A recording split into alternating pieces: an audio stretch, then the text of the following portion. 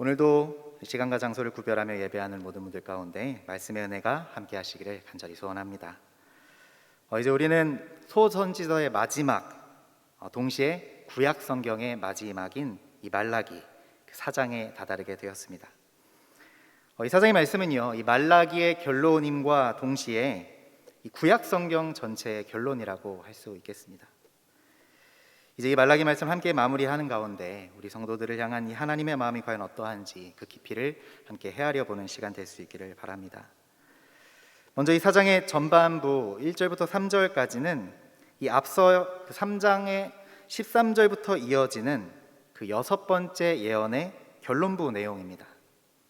이 당시 이스라엘 백성들이 하나님의 공의로우심에 대해서 드러내고 있었던 그 불신, 그것에 대한 답변을 기록하고 있죠. 당시 이스라엘 백성들의 심정은요, 한마디로 내가 지금 너무 힘들고 고통스러운데 하나님은 대체 무엇을 하고 계시는가?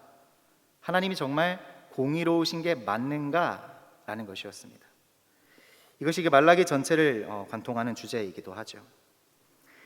이 포로의 생활에서 돌아온 지 거의 90여 년의 시간이 지나가니까 이스라엘 백성들의 영적인 상태가 다시금 쇠퇴하고 맙니다. 포로 생활에서 돌아올 때에는 처음에는 마치 과거의 그 출애굽 때의 영광을 기대하였지만 막상 그들이 돌아와서 겪은 생활은 생존의 문제를 걱정해야만 하는 척박하고 고통스러운 삶의 연속이었습니다.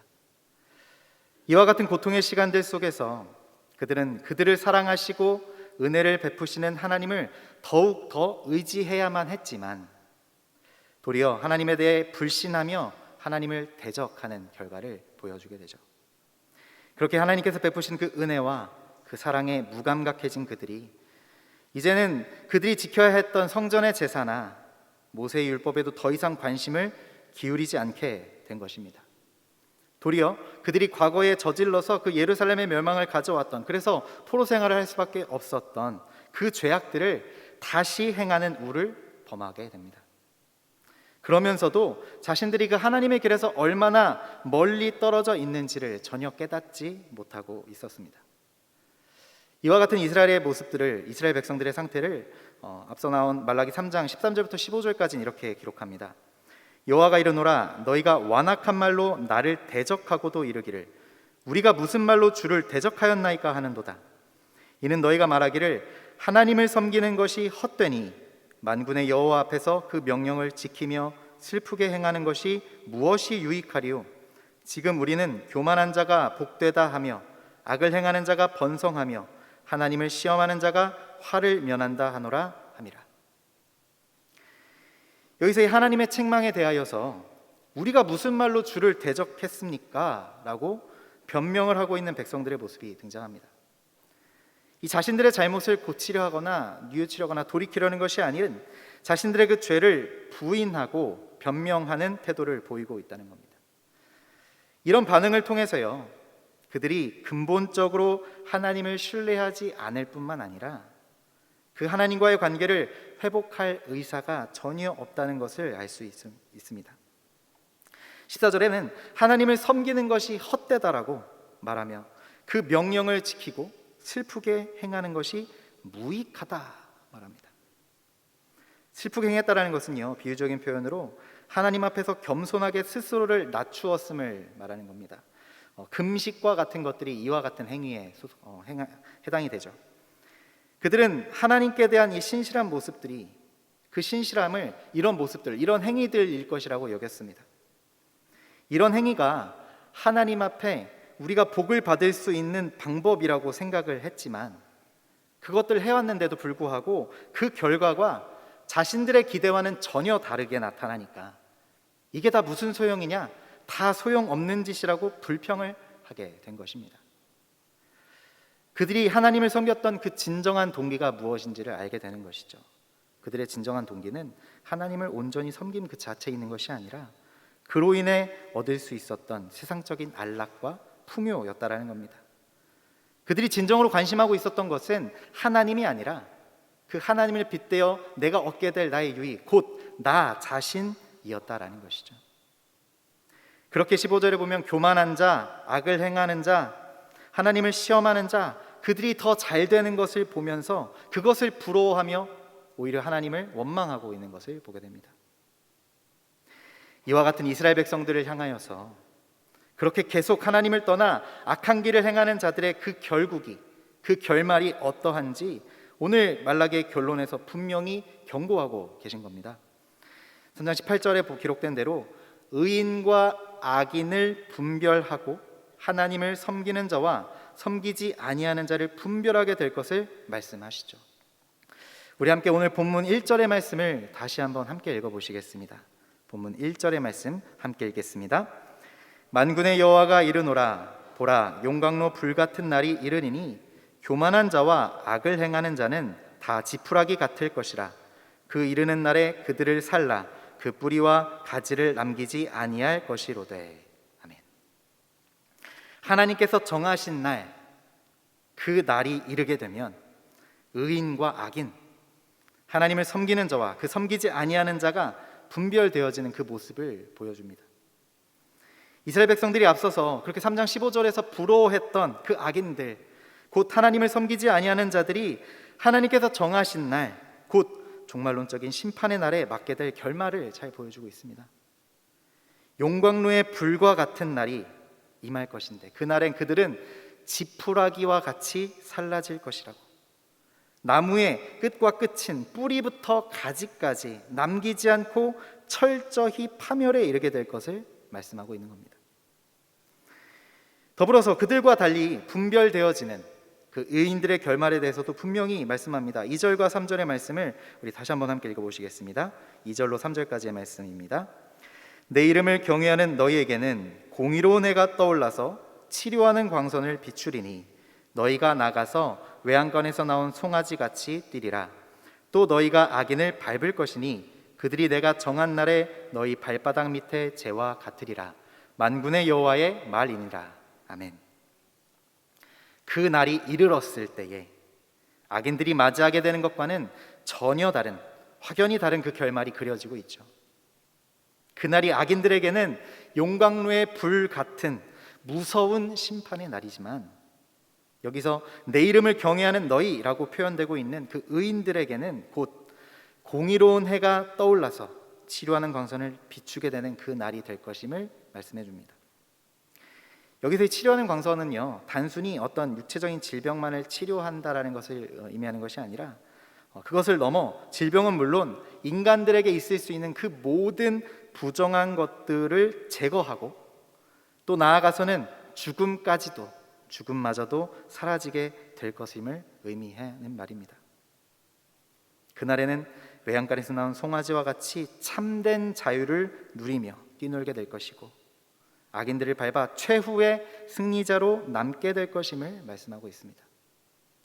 이것이 의인들, 그 여호와를 경외하는 자들을 향한 하나님의 약속이라는 것이죠. 사랑하는 여러분, 이 약속이요, 오늘날 하나님을 경외하며 신앙을 지키고자 그 삶의 자리자리에서 고군분투하며 살아가는 모든 성도들에게 크나큰 위로와 격려가 되어집니다. 이 말라기 시대의 많은 이스라엘 백성들은요, 이 하나님의 규례를 지키면서 그 신앙을 그렇게 지켜나가는 것에 회의를 품었습니다. 그런데 그 당시의 시대성과 그 모습은 불의와 불법이 만연하고 이득을 위해서라면 그런 악한 방법들까지도 사용하기 서슴지 않는 요즘의 세상의 모습과 크게 다르지 않습니다. 주께서 명령하신 대로 좁은 문으로 들어가서 자기를 부인하고 자기 십자가를 지고 주님을 쫓아가는 그 삶은요, 대다수의 사람들이 선택하기엔 참 어렵고 협착한 길로 여겨질 수 있죠. 성도된 자로서 십자가를 지고 평생 동안 죄와 싸우면서 다른 이들은 가기를 꺼려하는 좁고 낮은 길로 가는 것이 때로는 너무 힘들게 여겨질 수도 있고, 그로 인해 이스라엘 백성들이 그러했던 것처럼 회의에 빠질 수도 있다는 겁니다. 하지만 사랑하는 성도 여러분, 우리는 반드시 기억해야 합니다. 그 길이요, 그 성도된 삶이 비록 힘들고 괴로운 일일지라도 그만한 가치가 충분히 있다라는 것을 말입니다. 오늘 본문의 구약의 결론부에서 이야기를 해주듯이요, 여호와를 경외하며 의인된 삶, 온전한 성도된 삶을 살아가는 자들에게 약속된 그 영원한 복락을 누리는 구원의 날이 열리게 된다 말씀하고 있습니다. 우리에겐 그 약속이 주어져 있다라는 것이죠. 바라기는 우리에게 믿음이 분명히 있을 수 있기를 소원합니다. 물론 이런 확신이 있다고 할지라도요, 우리가 살아가는 현실은 그 확신만으로 견뎌낼 수 있을 정도로 만만하진 않습니다. 결코 만만치 않은 유혹과 시험이 성도들을 고통스럽게 또 힘들게 때로는 넘어지게 하곤 합니다. 그렇게 우리는요, 더욱더 십자가를 지신 주님을 붙들고 의지해야만 하는 것이죠. 우리로만은 안 되기 때문입니다. 바라기는 그 이르는 날을 의식하면서 그리스도의 은혜롭고 복된 발자취를 항상 따라 진리를 행하며 구원의 삶을 살아가시는 저 여러분 되기를 간절히 주님 이름으로 축원합니다. 이어지는 사장의 후반부 4절부터 6절까지에서는 결론으로서요, 두 가지 권면을 전하고 있습니다. 이것은 앞서 그 1절부터 3절까지의 그 이르는 날에 대해 어떻게 대비하며 살아가야 할 것인가, 그 날을 어떻게 준비해야 할 것인가를 알려주고 계신 겁니다. 먼저는 모세의 율법을 기억하라 합니다. 4절의 말씀입니다. 너희는 내가 호렙에서 온 이스라엘을 위하여 내 종 모세에게 명령한 법 곧 율례와 법도를 기억하라. 아멘. 여기서 사용된 기억하라에 해당하는 히브리어 이 자카르라는 말은요, 어떤 것을 그저 상기시킨다라는 것 의미만 가지고 있는 것이 아니라 동시에 그것에 따라서 행동을 취한다, 그것에 따라 행동을 실제로 한다라는 의미를 가지고 있습니다. 곧 모세의 율법을 지켜 행하라라는 말씀이라는 겁니다. 이 말에서 흔히 율법을 지키는 것으로 구원을 얻을 수 있다라고 생각하게 되기도 합니다. 하지만 사도 바울도 이야기했듯이요, 율법은 구원을 위해 주신 것은 아닙니다. 율법을 주신 것은 그 율법에 자기 자신을 비추어 봄으로써 자기 자신들이 얼마나 철저한 죄인인지, 스스로는 아무리 애를 써도 구원에 이를 수 없다라는 것을 깨닫게 해주는 도구로서 주신 것이죠. 내 스스로는 불가능하기에 반드시 구원자가, 반드시 구주가 필요하다는 것을 깨닫게 해주는 기능을 율법이 한다라는 겁니다. 그렇다면 그 율법을 통해서 기억하며 찾고 바라봐야 할 것은 무엇이겠습니까? 율법이 과연 우리를 어디로 연결을 시켜주는 것일까요? 5절과 6절의 말씀입니다. 우리 마지막으로 함께 읽겠습니다. 5절과 6절의 말씀 같이 한 목소리 읽겠습니다. 보라, 여호와의 크고 두려운 날이 이르기 전에 내가 선지자 엘리야를 너희에게 보내리니 그가 아버지의 마음을 자녀에게로 돌이키게 하고 자녀들의 마음을 그들의 아버지에게로 돌이키게 하리라. 돌이키지 아니하면 두렵건대 내가 와서 저주로 그 땅을 칠까 하노라 하시니라. 아멘. 여기서는 그 여호와의 크고 두려운 날이 이르기 전 선지자 엘리야를 보내주실 것을 말씀합니다. 여기서 말하는 그 엘리야는요, 앞서 3장 1절에서 언급되었던 그 언약의 사자에 앞서서 나타날 하나님의 사자를 가리킵니다. 이 하나님의 사자는 엘리야의 심령과 능력으로 와서 언약의 사자의 길을 예비하는 자를 말하는 것이죠. 이는 곧 그 언약의 사자이신 예수 그리스도의 길을 예비하는 자로 왔던 세례 요한을 일컫는 말입니다. 이 세례 요한의 아버지 사가랴에게요, 천사가 나타나서 세례 요한의 탄생을 고지하면서 이렇게 이야기합니다. 누가복음 1장 17절의 말씀에 그가 또 엘리야의 심령과 능력으로 주 앞에 먼저 와서 아버지의 마음을 자식에게 거스르는 자를 의인의 슬기에 돌아오게 하고 주를 위하여 세운 백성을 준비하리라 말씀합니다.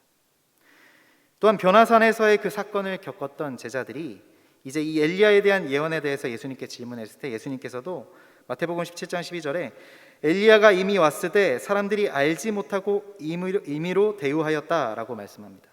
그리고 이 예수님의 말씀을 통해서 제자들은 그 엘리야가 세례 요한을 가리키는 말이었다라는 것을 깨닫게 되었다고 기록하죠. 그렇다면 이 엘리야, 이 세례 요한이 한 사역이 과연 어떤 것이었겠습니까? 세례 요한이 와서 무엇을 하였죠? 곧 아버지의 마음을 자녀에게로, 자녀들의 마음을 그들의 아버지에게로 돌이키게 함으로써 그 메시아의 오심을 준비하며 사람들이 돌이켜 회개하고 그 메시아를 온전히 받아들일 수 있도록, 맞아들일 수 있도록 한 것이 그의 사역이었습니다. 4장 6절 말씀에 돌이키지 않으면 두렵건대 내가 와서 저주로 그 땅을 칠까 하노라는 이 말씀의 내용은요, 그가 신약시대를 열어가며 외쳤던 회개하라 천국이 가까이 왔느니라 라는 그 메시지를 떠올리게 합니다. 이 말씀들을 통해서요, 그렇다면 이스라엘 백성들은 무엇을 기대할 수 있게 된 것이겠습니까? 이 말씀을 들은 이스라엘 백성들은 이제 무엇을 떠올리며 어디를 바라볼 수 있게 된 것이겠습니까? 바로 율법의 완성자로 오시는 그 메시아, 그들을 모두 구원하시고 회복케 하시는 그 공의로운 해로 오시는 예수 그리스도를 기다리며 또 기대하고 그날을 대비하게 되었다라는 겁니다. 그 한 분 그리스도만이 유일한 구원의 길이며 그 그리스도만을 의지하며 따라가는 것이 심판을 대비하는 참된 방법이라는 것을 깨닫게 해주는 것이죠.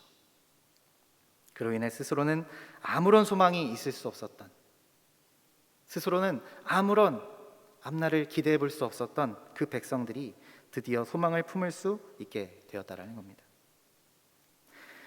사랑하는 성도 여러분, 성경은요 늘 우리에게 이 참된 소망 되시는 예수 그리스도를 바라보도록 안내해 줍니다. 그분만이 유일한 구원의 소망이시고 길이 되어 주심을 우리에게 밝히 알려줍니다. 우리가 붙들어야 하는 것, 그것이 정말 무엇인지, 우리가 이 땅을 살아가는데 정말 붙잡고 살아가야 하는 것이 무엇인지를 분명히 말씀해 주시는 겁니다. 바라기는 이 놀라운 소망 가운데 우리가 붙들어야 할 것들을 온전히 붙들며 이 땅에서 삶을 풍성히 누려가실 수 있기를 바랍니다. 말씀을 정리하겠습니다. 이렇게 구약의 말미에서요 모세와 엘리야가 함께 등장하는 것을 보게 됩니다. 이것엔 좀 특별한 의미가 있습니다. 모세는요 잘 아시다시피 율법의 대표자이죠. 엘리야는 선지자의 대표입니다. 이 둘은요 결국 구약 성경 전체를 대표하긴 합니다.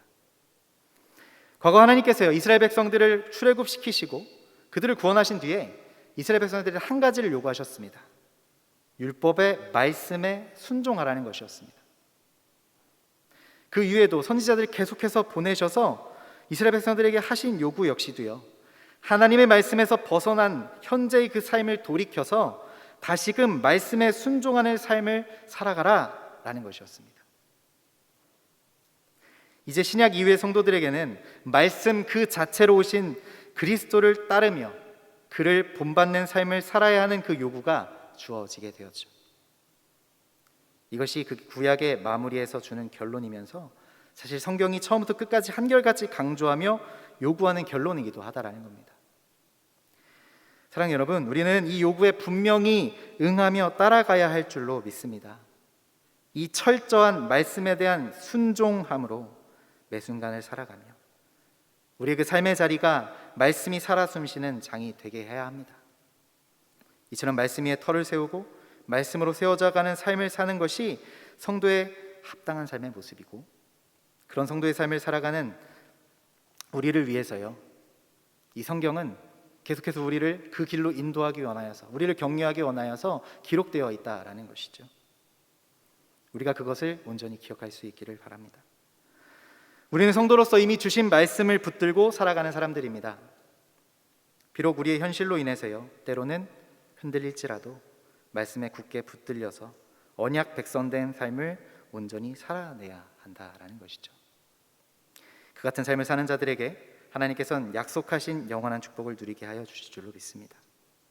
오늘도 우리가 이제 기도하며 주 앞에 더욱 가까이 나아갈 때요 그 말씀에 더욱 굳게 서기를 한 번 더 결단하는 시간 될 수 있기를 바랍니다. 오늘도 우리가 기도하며 주 앞에 더욱 가까이 나아갈 때 하나님께서 그렇게 간구하며 기도하는 우리 가운데에 그의 합당한 힘과 능력과 용기를 더하여 주실 줄로 믿습니다. 흔들리지 않는 믿음, 그 담대한 삶의 결단을 주 앞에 올려드리시는 이 시간 될 수 있기를 바랍니다. 우리 종교가족들의 온전한 기도 가운데 우리 주님께서 오늘 이 밤에도 응답하여 주실 줄 믿습니다.